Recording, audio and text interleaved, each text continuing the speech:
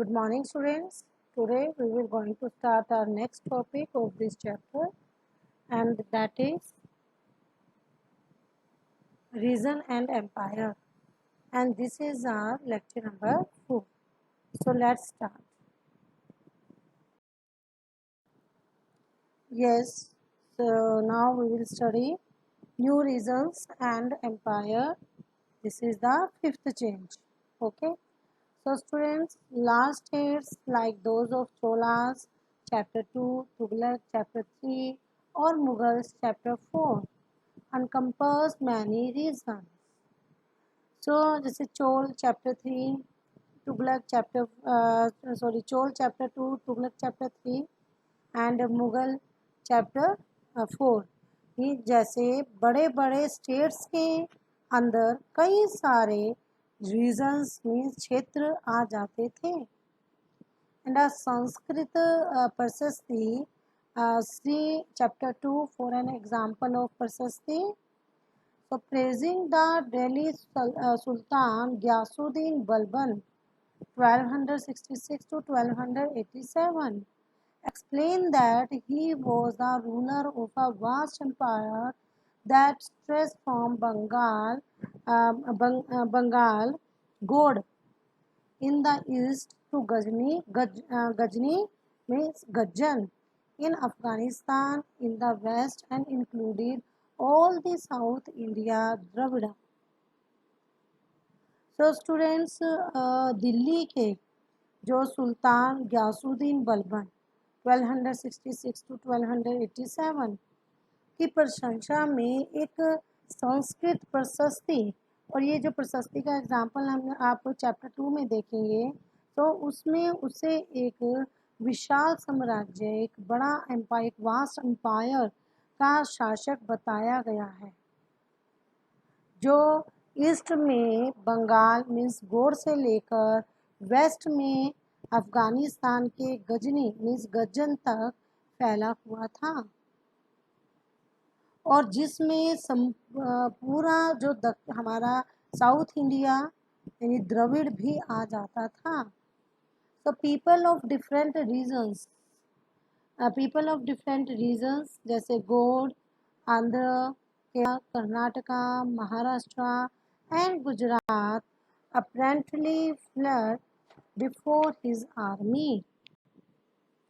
तो अब क्या था, जैसे गोड़, आंध्र, केरल, कर्नाटका, महाराष्ट्र और गुजरात जी, ऐसे ही अलग अलग जो रीजन्स थे, क्षेत्र के जो लोग हैं, उनकी सेना के आगे वो क्या हो जाते थे, वो पलायन कर जाते थे, वो उनकी सेना के आगे टिक नहीं पाते थे. सो हिस्टोरियंस, स्टूडेंट्स,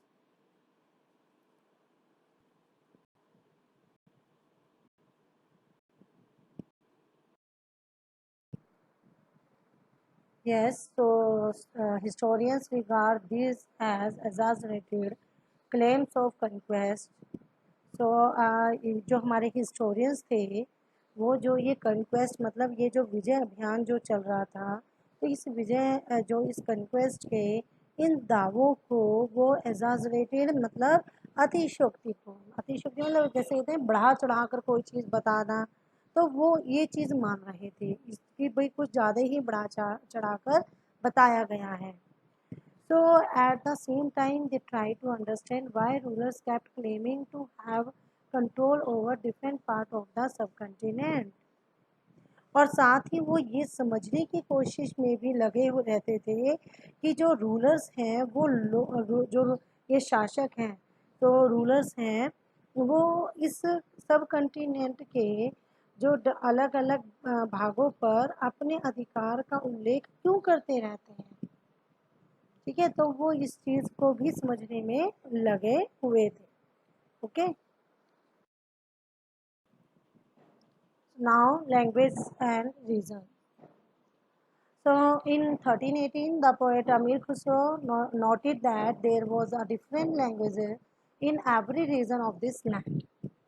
So 1318 में जो पोएट अमीर खुसरो थे उनने इस बात पर गौर किया था कि इस कंट्री के के हर एक रीजन की एक अलग लैंग्वेज है। जैसे सिंधी, ये लोहरी के कश्मीरी, उसके बाद द्वार समुंदरी इन साउथ कर्नाटक, साउदर्न कर्नाटका, ठीक है, तेलंगानी इन आंध्र प्रदेश, ठीक है, गुजरी इन गुजरात, ओके। उसके बाद मबारी इन तमिलनाडु, ये Gaudi in Bengal, Awadhi in eastern UP, and Hindavi in the area around Delhi. So Amir Khusro went on to explain that in contrast to these languages, there was Sanskrit which didn't belong to any region, and it was an old language and common people do not know it, only the Brahmins do. और अमीर खुसरो जो थे उन्होंने आगे ये भी बताया कि इन लैंग्वेजेस के कॉन्ट्रास्ट में, इनके मतलब इन लैंग्वेजेस के विपरीत एक और लैंग्वेज संस्कृत भी है, जो किसी एक विशेष क्षेत्र, ठीक है, एक किसी विशेष क्षेत्र की नहीं है। और ये एक क्या है, ये एक आप कौन सी लैंग्वेज है, ये एक आपकी प्राचीन लैंग्वेज है जिसे केवल ब्राह्मण जानते हैं और आम जनता नहीं जानती। ओके, ये एक ओल्ड लैंग्वेज है।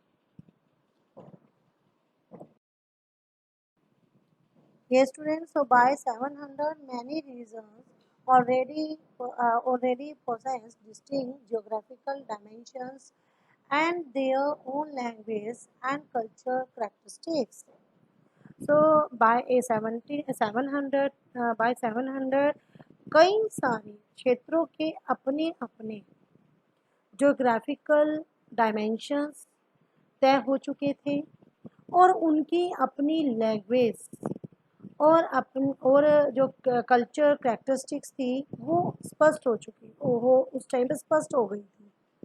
And you will learn more about this in chapter 9, और इसके बारे में आप चैप्टर 9 में और ज़्यादा पढ़ोगे। And they were also associated with specific ruling dynasties. There was considerable conflict between the states. और ये जो क्षेत्र थे ये विशेष शासक राजवंशों से भी जुड़ गए थे, और इन राज्यों के बीच काफ़ी ज़्यादा क्या थे, क्या चल रहे थे, डिस्प्यूट्स, ठीक है, विवाद, कन्फ्लिक्ट्स यानी विवाद चल रहे थे। ओके, सो ये occasionally dynasties like the Cholas, Khiljis, Tughlaqs and Mughals were able to build an empire that was pan-regional, spanning diverse regions. तो अब इन राज्यों के बीच में बहुत ज़्यादा कन्फ्लिक्ट्स चलते रहते थे, तो कभी कभी चोल, खिलजी, तुगलक और मुगल जैसे राजवंश अनेक क्षेत्रों में फैला एक विशाल साम्राज्य भी खड़ा कर लेते थे। And not all these empires were equally stable और सक्सेसफुल। पर ये सभी जो क्या थी, ये सभी जो साम्राज्य हैं समान रूप से स्थिर या सफल नहीं हो पाते थे।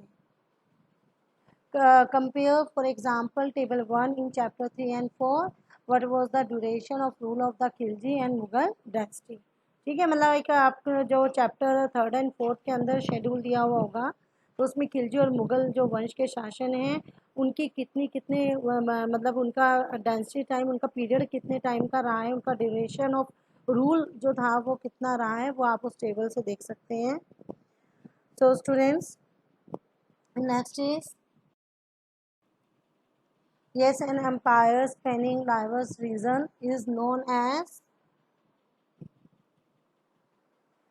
pan-regional empire. Okay, and pan-regional empire next is, it is divided in Cholas, Mughals, Tughlaqs and Khiljis. Okay, so an empire spanning diverse regions is known as pan-regional empire. Okay, और इसमें कौन चार थी, Cholas, Mughals, Tughlaq and खिलजीज।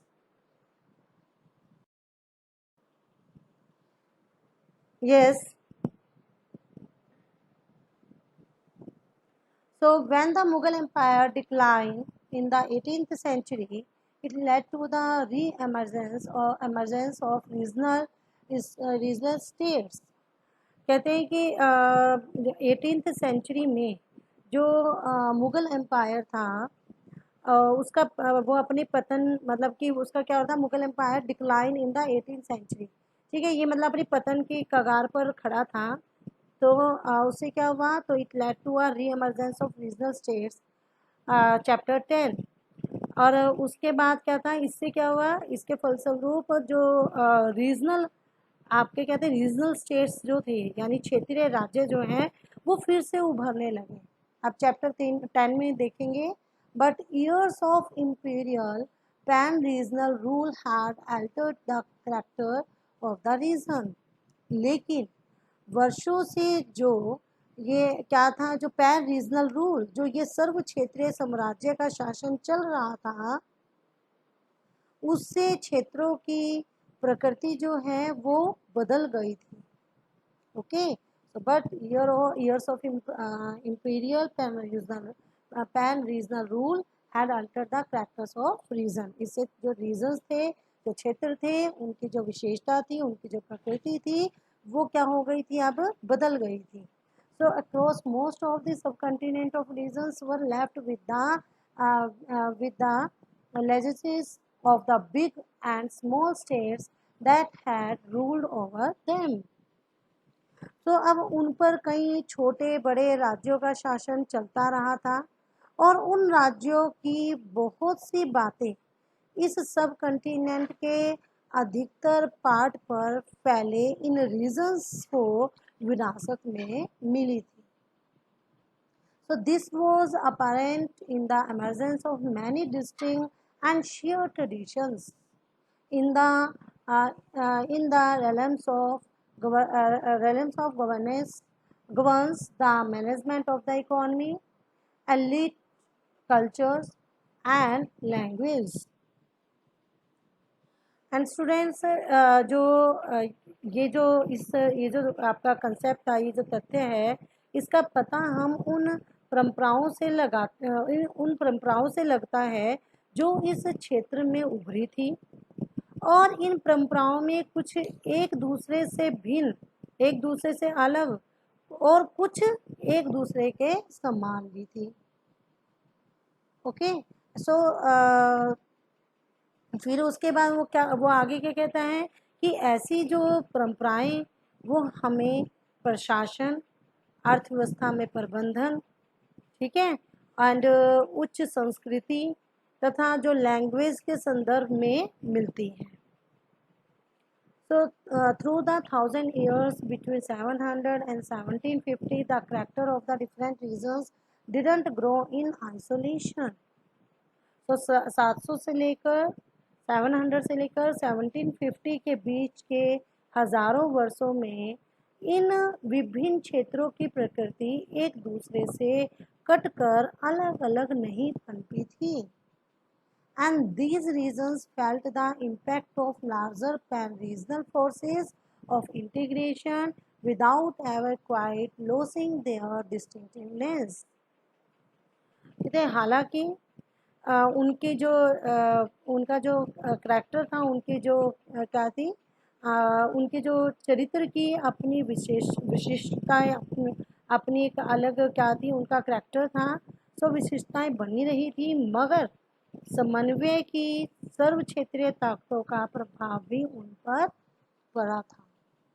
Okay, so students, now our topic is completed।